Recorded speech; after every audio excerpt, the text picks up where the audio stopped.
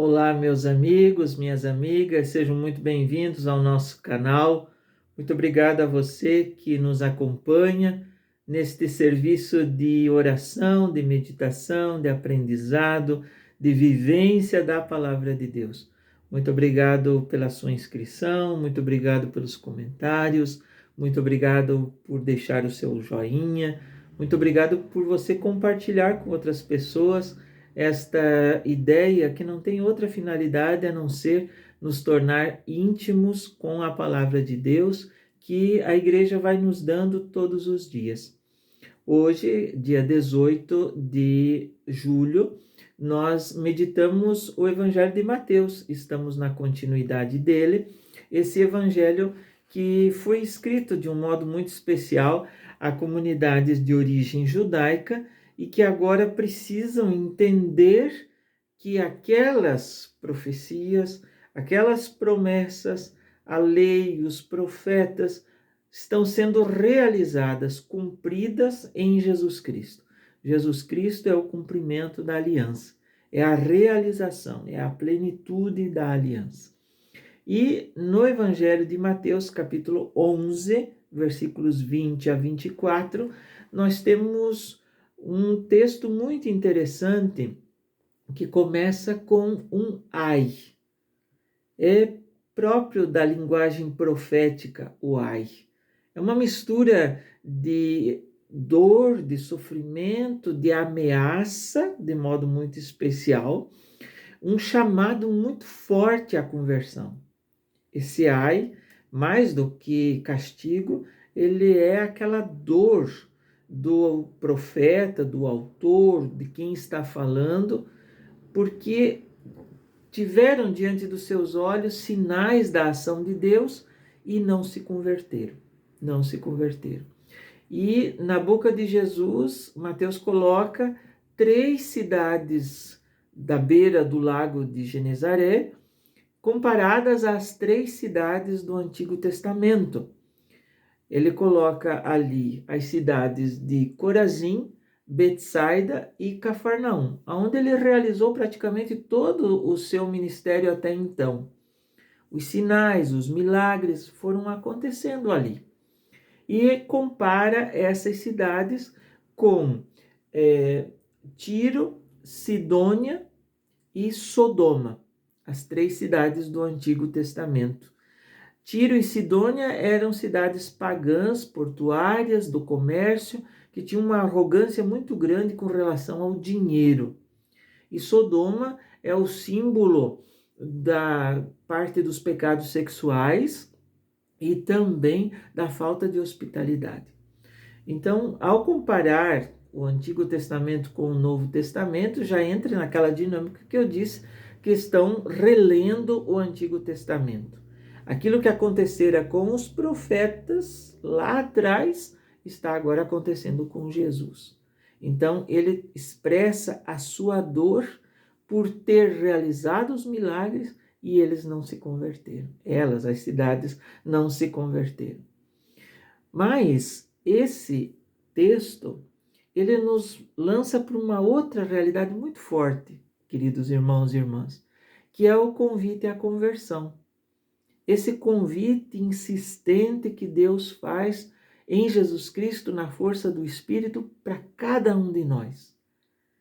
Conversão não é mudança de religião, não é mudança de igreja. Conversão é mudança do coração, é transformação, mudança de vida, de comportamento, de pensamento, na forma como nos relacionamos, como reagimos. Essa é a verdadeira metanoia, transformação. E eu gosto muito de lembrar que conversão não é o ponto final, porque às vezes as pessoas acham que se converter é o ponto final. Não, é o início. Como quando nós estamos indo com um carro e acabamos sendo enganados pelo GPS ou passamos do ponto, temos que achar um retorno. E na linguagem do trânsito, esse retorno é chamado de conversão. Assim é a nossa vida. Nós temos que retornar. Para lembrar o que Santa Clara diz, nós às vezes perdemos o ponto de partida. Ela diz, nunca perca de vista seu ponto de partida. Então, perdemos de vista, nos afastamos, agora temos que voltar. E essa volta, às vezes demorada, longa, porque quanto mais longe vamos, mais comprido é o trajeto de volta, de retorno. Então, esse é o processo. E é aquela conversa bem grande, porque nesse processo nós temos que ir conversando, dialogando, para entender o convite que Deus faz a sermos cada vez mais semelhantes a Cristo. E é um trabalho difícil, é um trabalho de todo dia. Por isso que o processo de conversão é permanente. É pessoal, pastoral e social.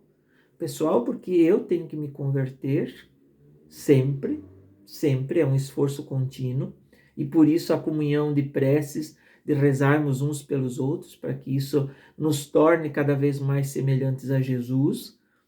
É pastoral, porque as nossas comunidades, as nossas igrejas, precisamos nos tornar cada vez mais semelhantes ao bom pastor, que é Jesus.